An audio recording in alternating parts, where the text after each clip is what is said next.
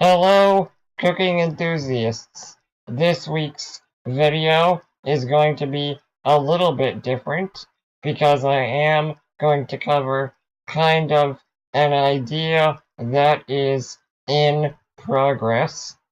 I am once again going to be using footage from my new 360 camera, which I hope you guys are liking because I am spending a lot of time working with the footage. What I want to talk about is basically my attempt to make kind of a new pasta dish, which I know sounds kind of strange, but follow me. I wanted to take inspiration from some of the really classic Italian pasta dishes. Think of carbonara, cacio e pepe, spaghetti al limone, fettuccine alfredo.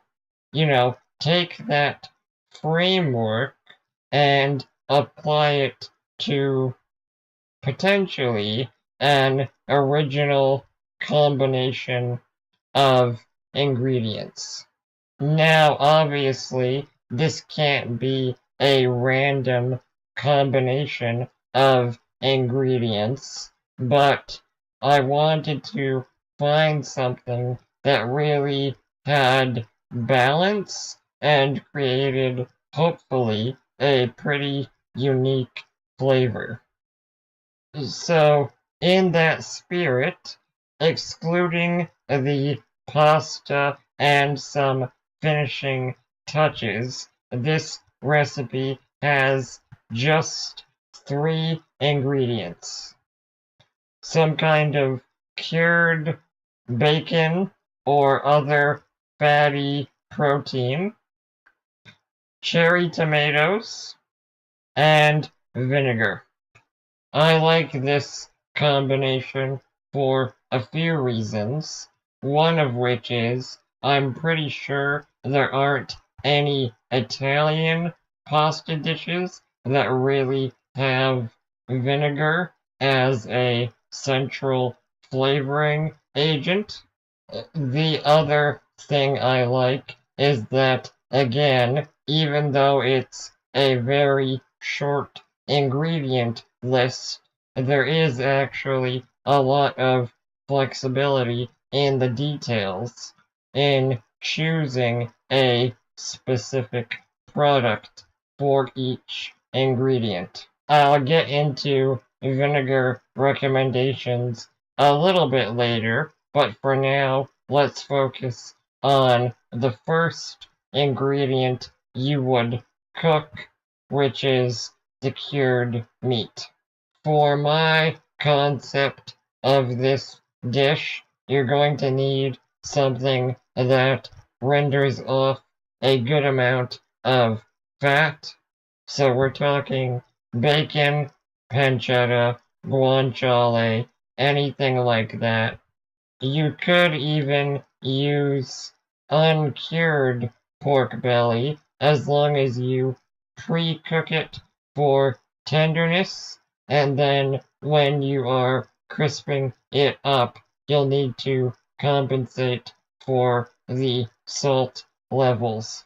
In this footage, I'm actually using a mutton bacon that I made and pre-cooked sous vide so it would be tender before crisping up. The lamb bacon is interesting and funky, and it's again one of those little details you can change by choosing a different cured meat. Now let's move on to the tomatoes. I am specifically going to recommend cherry tomatoes because they have a slightly lower moisture content and they hold up a little better to the hard frying. Obviously, this dish is better when tomatoes are in season, but I find that you can at least find okay cherry tomatoes most of the year. Not even just for this dish, but I love charred cherry tomatoes. So they are cut in half and face down in the rendered bacon fat, and I like to push this until they are totally black on their cut side. Obviously, you can fry them a little less based on your personal preference, but I recommend trying them very charred at least once. Sometimes this blackening stage can take a while, so I like to get them pretty much done and then drop the heat before I start cooking my pasta. In my case, I'm using homemade pepper flavored spaghetti, but obviously you can use regular spaghetti or a similar noodle. My pasta was ready in about 3 minutes, but for store-bought pasta, I would cook it for about 1 or 2 minutes shorter than the package recommends because we are going to finish cooking in the frying pan. Once it's ready, get the pasta in the pan and deglaze with a little bit of pasta water. Then it's time for the vinegar. Now, because this was my first attempt, I probably used too much vinegar for one portion based on 100 grams of dry pasta. I used 100 mils of homemade tomato vinegar.